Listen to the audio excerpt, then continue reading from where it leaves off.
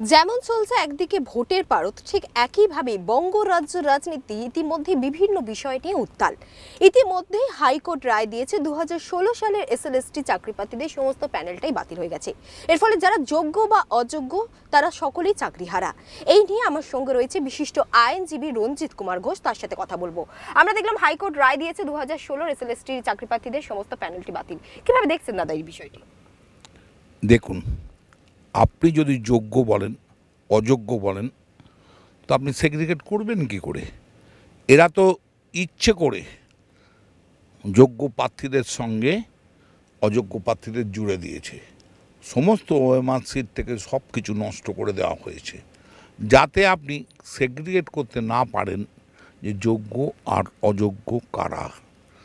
সেই জন্যে আপনার হাইকোর্টের পক্ষে বহু চেষ্টা করেছে, সিবিআই থেকে আরম্ভ করে সবাই, কিন্তু এসএসসি এত দুর্নীতি করেছে ক্যাবিনেটকে সঙ্গে নিয়ে, যার ফলে কোনো মতেই সেগ্রিগেশন করা যায়নি, যার ফলে সবাইকার চাকরি বাতিল হতে বাধ্য। মহামান্য সুপ্রিম কোর্টও দেখবেন বলবে যে এদের মধ্যে সেগ্রিগেশন আনতে, এটা ঠিক কিছু যোগ্য প্রার্থী ছিল, কিন্তু সেগ্রিগেশন যদি না হয় পুরো নিয়োগ প্রক্রিয়াটাই তো বাতিল করেছে। হাইকোর্ট ইজ মোর এনাফ ঠিক করেছে যে সবটাই বাতিল করা। তাতে যে যোগ্য প্রার্থীর মার খেয়ে, তারা কার জন্য মার খেয়েছে? তারা তো হাইকোর্টের জন্য মার খায়নি, তারা তো মার খেয়েছে ক্যাবিনেটের এই বিচ্ছিরি কি বলবো অব্যবস্থার জন্য, এবং দুর্নীতির শিকার হয়েছে তারা।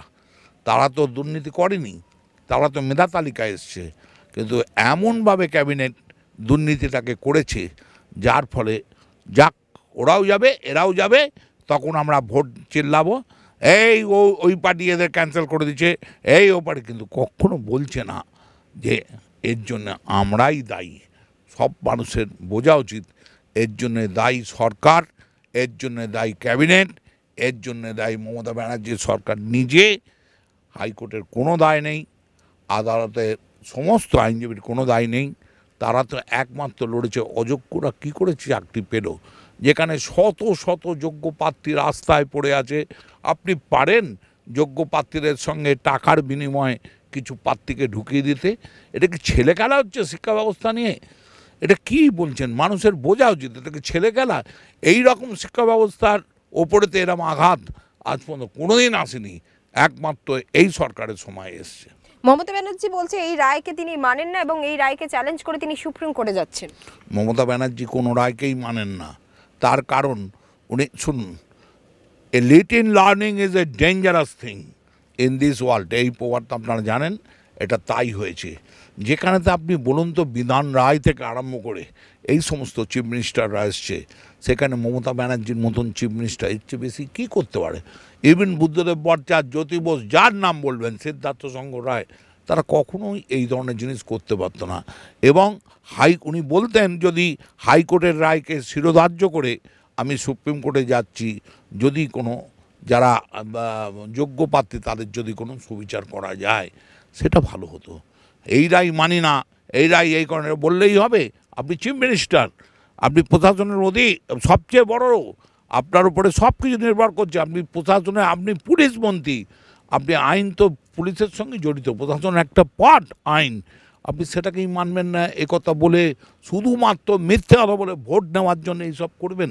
এটা কখনো মানা যেতে পারে? মানা যেতে পারে না। মমতা ব্যানার্জি এটাও বলছেন যে যদি আত্মহত্যা করে তাদের দায় কে নেবে? তো সেখানে দাঁড়িয়ে একটা প্রশ্ন উঠছে, যারা যোগ্য চাকরি প্রার্থী ছিল, যারা এতদিন ধরে গান্ধী মূর্তির পাদদেশে ধর্নায় বসে রয়েছে, তাদের মধ্যেও তো কেউ আত্মহত্যা করতে পারতো, তখন তাহলে কি সেই দায়টা এড়াতে চাইছে মমতা ব্যানার্জি? শুনুন, যদি কিছু ঘটে তার জন্য দায়ী মমতা ব্যানার্জি নিজে, কারণ তার বলা উচিত ছিল যে যোগ্য প্রার্থীদের সঙ্গে অযোগ্য প্রার্থী এইভাবে ঢুকেও না, অন্যভাবে ঢোকে নাকি? প্রত্যেক সরকারের সময় লোক ঢুকে এইভাবে টাকার বিনিময়ে কোনোবার কোনো ছেলেই হয়নি। যারা পার্টি করে, যারা পোস্টার মারে, যারা এ করে, তাদের একটা চান্স থাকেই, তাদেরকে দেওয়া হয় এইভাবে। এই উপায় আমি বলবো না যে উনি জানেন না, উনি জেনে শুনে এই কাজটা করেছে, যাতে নাহলে পরে বলতে পারেন আপনি এসএসসির চেয়ারম্যান বলছেন আমি জানি না কাকে দেওয়া হয়, তাকে আমি চিনিই না, তাহলে কে করলো এসব?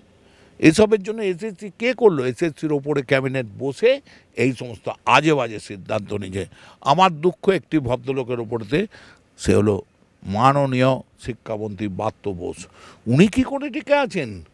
উনি তো অনেক বড় মাপের মানুষ, উনি কী করে এই জায়গায় রয়েছেন? ব্রাত্য বোসের বজয় এই মুহূর্তে ব্রাত্য বোসের পাশ থেকে ক্ষমতা এরাম আপনার নিজের সমস্ত আত্মসম্মান সব কিছু বিসর্জন দিয়ে শুধুমাত্র সামান্য ক্ষমতার লোভে আপনি এখানে দাঁড়িয়ে আপনার এই মুহূর্তে পদত্যাগ করা উচিত, বেরিয়ে যাওয়া উচিত। যেখানে চিফ মিনিস্টার করছে না, আপনার বলা উচিত না, আমি ব্রাত্য বোস, আমি এই জিনিস করিনি, আমি নিজে বুদ্ধিজীবী, আমার দ্বারা এই জিনিস সম্ভব নয়। বলতেই পারছেন না। যদি মন্ত্রিত্ব চলে যায়, যদি কিছু, তাহলে কী হবে? কত লোক তো কোনো মন্ত্রিত্বে নেই, তারা কি বেঁচে নেই? তো উনি তো সেইভাবে বাঁচলে আমার মনে হয় এই পশ্চিমবাংলার সমস্ত মানুষের সম্মান ছিল, ওনার প্রতি সম্মানটা ঝরে পড়তে, কিন্তু তা তো হচ্ছে না। উনি তো নিজেই এদের সঙ্গে জড়িয়ে যাচ্ছেন, এটাই আমার কাছে খুব খারাপ। দুর্নীতি দুর্নীতি দুর্নীতি, আমরা পশ্চিমবঙ্গে তাকালে বিভিন্ন বিষয় নিয়ে দুর্নীতি দেখছি। এটা তো 2016 সালের এসএলএসটি চাকরি প্রার্থীরা গেল, 2015 সালেও যারা চাকরিহীন তারাও দেখলাম কালকের এই তাপপ্রবাহ সাথে নিয়ে রাজপথের মানে রাস্তার মধ্যে তারা শুয়ে তাদের বিচার চাইছে। কি বলবেন? শুনুন, সরকারটা জবের থেকে এসছে তবের থেকে দুর্নীতিতে ভরা। কারণ সরকারটা এসছিল সততার প্রতীকের সিম্বল দিয়ে, সরকারটা এসছে সততার প্রতীক নিয়ে। সেদিনই বোঝা গেছে আপনি সরকার চালাতে এসছেন, আমি পলিটিক্যাল লোক, আমি সততার প্রতীক হতে পারি। আমি কি কোনোদিনও রানী রাসমণি হতে পারি? আমি কি কোনোদিনই সারদামা হতে পারি? আমি তো রাজনীতি করতে হাজার ঝুড়ি ঝুড়ি মিথ্যে কথা বলবো, ঝুড়ি ঝুড়ি চুরি করবো, তা তো হয়েছে। সততার প্রতীক উনি তো রাখতে পারেননি, সেই জিনিস তো ঘটেছে। উনি আর সেই জিনিস নেই, ওনার চিল্লানিতে লোক আর শুনছে না। বিভ্রান্ত হতে পারে, কিন্তু লোক কানে নিচ্ছে না। এই যে এসএসসি বলছেন, এসএসসি দিয়েই আবার নতুন করে যে বললো যে 15 দিনের মধ্যে প্যানেল গঠন করতে হবে। যে এসএসসি এই দুর্নীতির সাথে যুক্ত ছিল সেই এসএসসির হাতেই এটা দেওয়া হয়েছে। সেখানে দাঁড়িয়ে আপনি কি মনে হচ্ছেন যে এবারে সুষ্ঠুভাবে রায় হবে? একটা কথা জেনে রাখবেন, এবারে যা কিছু হবে সবটাই হাইকোর্টের অধীনে হবে। অত সোজা নয় আপনি দুর্নীতি করতে পারবেন। এখন আপনার প্রতিটা স্টেপে প্রতিটা জায়গায় হাইকোর্ট দাঁড়িয়ে থাকবে, তাতে আপনি অত সহজে দুর্নীতি করলেই ধরা পড়বেন।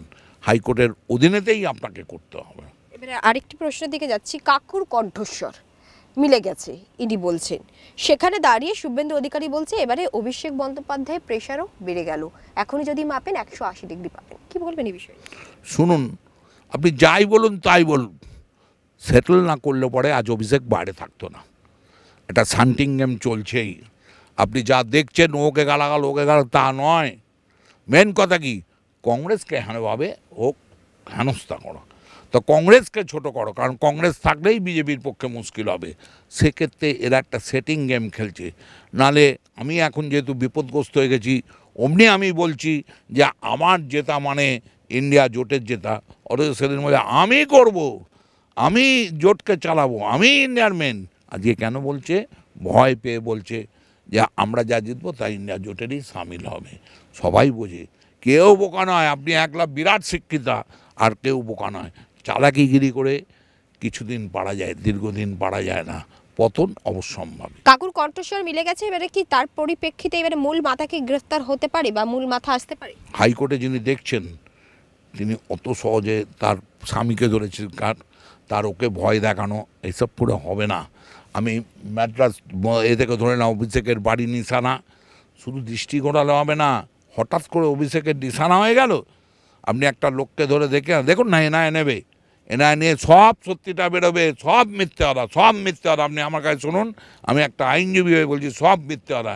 কীভাবে নজরটা ঘোরাবে অভিষেকের প্রতি, সোনা চুরি থেকে কয়লা চুরি, গরু চুরি, সব জায়গায় অভিষেকের নাম, লিপস অ্যান্ড বাউন্স থেকে আরম্ভ সব জায়গায়। বাঁচবার একটাই উপায়, যে আমাকে মারতে এসছে, এছাড়া আর কোনো রাস্তা নেই। কিন্তু বাঁচবে না, বাঁচবে না।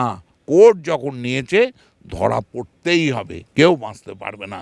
জয়ললিতার কোমরে যদি দড়ি পড়ে, এদের প্রত্যেকের কোমরে দড়ি পড়বে। দেখতেই পাচ্ছেন একদম আগামীকালই দ্বিতীয় দফার ভোট, আর ভোটের পারদ যেমন চলছে ঠিক একইভাবে বঙ্গরাজ্য রাজনীতিতে একের পর এক বিষয় নিয়ে উৎখাত হচ্ছে। যেমন কাকুর কণ্ঠস্বর মিলছে, কখনো আবার নিয়োগ দুর্নীতি। এই সমস্ত খবরের আপডেট পেতে চোখ রাখতে হবে 24 আওয়ার্স টিভির পর্দায়। কলকাতা থেকে ক্যামেরায় বিক্রমের সাথে ঋতুপর্ণা পাত্র রিপোর্ট 24 আওয়ার্স টিভি।